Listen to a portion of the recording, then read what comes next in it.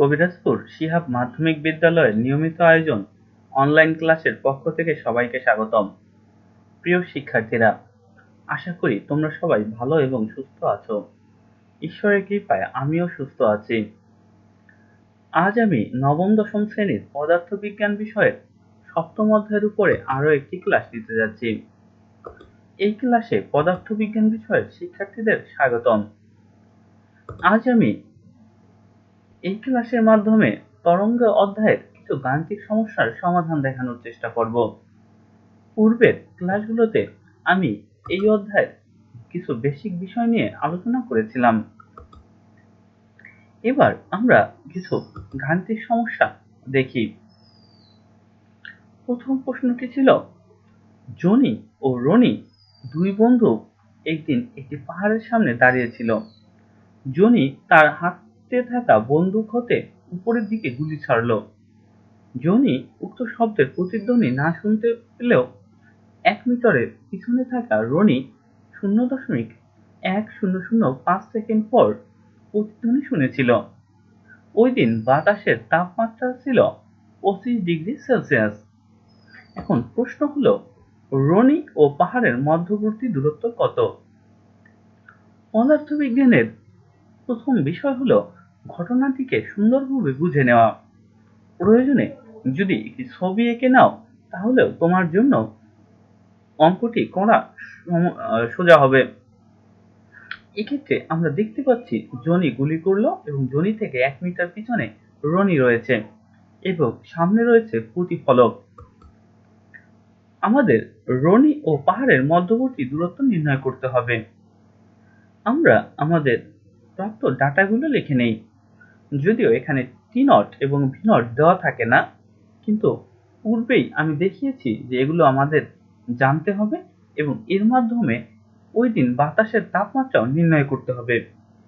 আর তাপমাত্রাকে যে কেলভিন এককে নিতে হবে সেটিও তোমরা জানো। এক্ষেত্রে বাতাসে শব্দের বেগ নির্ণয় করি, যেখানে ওই দিন বাতাসে শব্দের বেগ পাওয়া গেল 344.78 মিটার পার সেকেন্ড। এবার যেহেতু প্রতিধ্বনি শুনল, তাই বিষয়টি লক্ষ্য করো। ধরে নিলাম রনি ও পাহাড়ের মধ্যবর্তী দূরত্ব ডি। এক্ষেত্রে সে প্রতিধ্বনি শোনার সময় ছিল 0.1005 সেকেন্ড। তাহলে শর্ত মতে বিষয়টি লক্ষ্য করো, এক্ষেত্রে দুটি ঘটনা ঘটতে পারে। আসলে প্রতিধ্বনি শুনতে পারে গুলি করার 0.1005 সেকেন্ড পর, অথবা রনি প্রথম শব্দ শোনার 0.1005 সেকেন্ড পর প্রতিধ্বনি শুনেছিল। আসলে প্রতিধ্বনি বলতে প্রথম শব্দ শোনার পরের থেকেই সময়টি হওয়া উচিত। তাই আমি এভাবে অঙ্কটি করার চেষ্টা করি। প্রথমত, জনি শব্দ করলে জনি থেকে রনি পর্যন্ত 1 মিটার শব্দটি যাওয়ার সময় বাম দিকেও 1 মিটার দূরত্ব অতিক্রম করবে। তারপর থেকে শব্দ গণনা সময় শুরু হবে। অর্থাৎ এক্ষেত্রে আমরা লিখতে পারি মোট দূরত্ব 2D থেকে যাওয়া আসা থেকে 1 আর 1 2 মিটার দূরত্ব কম গিয়েছিল। অর্থাৎ এক্ষেত্রে ডি এর মান আসলো 16.325 মিটার। আশা করি তোমরা বিষয়টি বুঝতে পেরেছো। আমি আবারও একবার ব্যাখ্যা করি। যেহেতু প্রশ্নে সরাসরি উল্লেখ নেই যে শব্দ বা গুলি করার এত সেকেন্ড পরে প্রতিধ্বনি শুনেছিল, নাকি রনি প্রথম শব্দ শোনার 0.1005 সেকেন্ড পরে প্রতিধ্বনি শুনেছিল, তাই আমি ধরে নিলাম রনি প্রথম শব্দ শোনার পরে 0.1005 সেকেন্ড পর দ্বিতীয় শব্দটি শুনেছিল। আর এই সময়ে শব্দটি 2D থেকে 2 মিটার দূরত্ব কম অতিক্রম করেছিল। তাই এক্ষেত্রে 2D থেকে 2 মিটার বাদ দিয়ে বাকি অংশ মানে বিটির সমান করা হয়েছিল। তাই আমরা পেলাম রনি এবং প্রতিফলকের মধ্যে দূরত্ব 16 মিটারের উপরে। যেহেতু জনি আবার 1 মিটার পিছনে ছিল, তাই জনি ও পাহাড়ের মধ্যবর্তী দূরত্ব তার চেয়ে 1 মিটার কম, অর্থাৎ 15.325 মিটার হবে। আমাদের বলা হচ্ছিল ওই দিন বাতাসের তাপমাত্রা সর্বোচ্চ কত হলে জনি প্রতিধ্বনি শুনতে পাবে। এক্ষেত্রে আমরা প্রতিধ্বনি শোনার ন্যূনতম সময় 0.1 সেকেন্ড নিয়ে নেই, বাতাসের বেগ নির্ণয় করি। এক্ষেত্রে সূত্র হলো 2d সমান vt এবং v এর মান 306.5 মিটার পার সেকেন্ড। অর্থাৎ যদি v এর মান ওই দিন বাতাসের v এর মান বা শব্দের বেগ 306.5 মিটারের মতো হয়, তাহলে রনির শব্দের প্রতিধ্বনি শোনা সম্ভব। আর ওই দিন বাতাসে শব্দের বেগ এটি হওয়ার জন্য তাপমাত্রা কত হওয়ার প্রয়োজন, এবার আমরা সেটি নির্ণয় করব। আমরা পূর্বেই এই ধরনের অঙ্কগুলো করেছি, তবে এবার তাপমাত্রাটি নির্ণয় করব। যেহেতু টি এবং টি নটের উপরে বর্গমূল চিহ্ন আছে, তাই আমরা উভয়কে বর্গ করে দিলাম।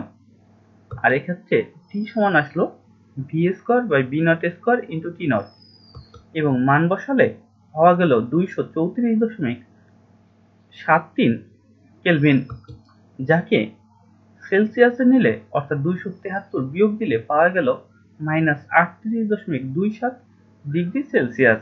অর্থাৎ ওই দিন বাতাসের সর্বোচ্চ তাপমাত্রা যদি -38.27 ডিগ্রি সেলসিয়াস হয়, তাহলে রনির পক্ষে প্রতিধ্বনি শোনা সম্ভব ছিল। এবার আমরা আরো একটি গাণিতিক সমস্যা লক্ষ্য করি। বায়ু মাধ্যমে দুইটি তরঙ্গের তরঙ্গ দৈর্ঘ্যের পার্থক্য 1 মিটার। এদের কম্পাঙ্ক যথাক্রমে 50 হার্জ এবং 60 হার্জ। প্রথম প্রশ্ন হলো 50 হার্জ কম্পাঙ্ক বিশিষ্ট তরঙ্গটি শব্দ তরঙ্গ হলে পানিতে তরঙ্গটির তরঙ্গ দৈর্ঘ্য নির্ণয় করো। লক্ষ্য করো, আমরা জানি মাধ্যম পরিবর্তন হলেও তরঙ্গের কম্পাঙ্কের পরিবর্তন ঘটে না। অর্থাৎ বাতাসে যার কম্পাঙ্ক 50 হার্জ, পানিতেও তার কম্পাঙ্ক 50 হার্জই থাকবে। সেই সাথে পানিতে শব্দের বেগ 1493 মিটার পার সেকেন্ড। তবে এটি তাপমাত্রার উপর নির্ভর করলেও আমাদের বইতে সরাসরি তাপমাত্রার সাথে পানিতে বা অন্য কোনো মাধ্যমে শব্দের বেগের কোনো সম্পর্ক দেওয়া নেই। তাই যে কোনো তাপমাত্রায় তোমরা এই বেগটি ব্যবহার করতে পারবে। এবার আমরা তরঙ্গ দৈর্ঘ্য ল্যামডা নির্ণয় করব। আমরা জানি ভি সমান এফ ল্যামডা বা ল্যামডা সমান ভি বাই এফ, এবং যার মান আসলো 29.86 মিটার। আমরা দ্বিতীয় প্রশ্নটি লক্ষ্য করি। তরঙ্গ দুইটির তরঙ্গ দৈর্ঘ্য এক্ষেত্রে আমাদের নির্ণয় করতে হবে। প্রথমেই দেওয়া তথ্যগুলো লিখে নেই। একটু লক্ষ্য করো, আমাদের সূত্র ছিল ভি সমান এফ ল্যামডা, অর্থাৎ এফ আর ল্যামডা এর গুণফল সর্বদা এফ এর সমান হয়, ভি এর সমান হয়। তাই যার জন্য এফ এর মান বড়, তার ল্যামডা এর মান ছোট হয়। এক্ষেত্রে কম্পাঙ্ক F2 বড় হওয়ায় এর তরঙ্গ দৈর্ঘ্য ল্যামডা ছোট হবে। ধরে নিলাম তরঙ্গ দৈর্ঘ্য বা দ্বিতীয়টির তরঙ্গ দৈর্ঘ্য ল্যামডা 2 সমান x মিটার। তাহলে প্রথমটির তরঙ্গ দৈর্ঘ্য, যেহেতু দুটির মধ্যে পার্থক্য 1 মিটার আর প্রথমটির কম্পাঙ্ক কম, তাই প্রথমটির তরঙ্গ দৈর্ঘ্য বেশি হবে, আর যার মান হলো x প্লাস 1 মিটার। আর সেই সাথে আমরা আরো জানি একই মাধ্যমে একই জাতীয় দুটি তরঙ্গের বেগ সমান হয়, অর্থাৎ v1 সমান v2 বা ল্যামডা 1 সমান f1 ল্যামডা 1 সমান f2 ল্যামডা 2। এবার মানগুলো বসিয়ে দেই, আর বসিয়ে দিয়ে পাওয়া গেল x এর মান 5, অর্থাৎ এদের তরঙ্গ দৈর্ঘ্য যথাক্রমে 6 মিটার ও 5 মিটার। এবার তোমরা এই প্রশ্নগুলোর একটু উত্তর করার চেষ্টা করো। আশা করি তোমরা প্রশ্নগুলোর উত্তর পারবে। প্রথম প্রশ্ন হলো, আমরা কেন বজ্রপাতের আলো দেখার পরে শব্দ শুনি? আমি গত ক্লাসেও এই বিষয়টি ব্যাখ্যা করেছিলাম। কারণ আলো আসে আলোর বেগে, অর্থাৎ 3 লক্ষ কিলোমিটার বেগে। অপরদিকে শব্দের বেগ অনেক কম হয়, দূর থেকে আলো চলে আসে কিন্তু শব্দ আসতে সময় নেয়। আবার ফাঁপা বড় কোনো পাইপের এক প্রান্তে শব্দ করলে অপর প্রান্তে পরপর দুটি শব্দ শোনা যায়। এর কারণ হলো, যখন এক প্রান্তে শব্দ তৈরি করা হয় তখন ফাঁপা বা লোহার পাইপের মাঝ দিয়ে অনেক 5000-এর উপরে বেগে শব্দ অপর প্রান্তে পৌঁছায় এবং পাইপের ভিতরে বাতাসের মধ্যে দিয়ে 300-এর কিছু উপরের বেগে শব্দ অপর প্রান্তে পৌঁছায় এবং এই শব্দগুলো মধ্যবর্তী শোনার পার্থক্য 0.1 সেকেন্ডের উপরে হয়ে যায়, যার ফলে আমরা পরপর দুটি শব্দই শুনতে পারি। ছেলেদের কণ্ঠ মেয়েদের চেয়ে মোটা হয় কেন? আমরা অনেকেই জানি ছেলেদের ভোকাল কর্ড বড় হওয়ার সাথে সাথে শক্ত হয়ে যায়, যার কারণে ভোকাল কর্ড মোটা হওয়ার কারণে বা শক্ত হওয়ার কারণে আমাদের ছেলেদের কণ্ঠস্বর মোটা লাগে। চাঁদে শব্দ শোনা যায় না কেন? শব্দ শোনার দুটি শর্তের মধ্যে প্রথম শব্দ ছিল যে এর মধ্যবর্তী একটি জড় মাধ্যম থাকতে হবে, যেমন আমাদের জন্য আছে বায়ুর মাধ্যম, কিন্তু চাঁদে বায়ু বা অন্য কোনো জড় মাধ্যম না থাকায় আমরা শব্দ শুনতে পাই না। আশা করি আজকের ক্লাসটি তোমরা বুঝতে পেরেছ। তোমাদের সবাইকে ধন্যবাদ জানিয়ে আজকের ক্লাস এখানেই শেষ করছি। সবাই ভালো থাকবে এবং সুস্থ থাকবে, এই শুভকামনা রইল।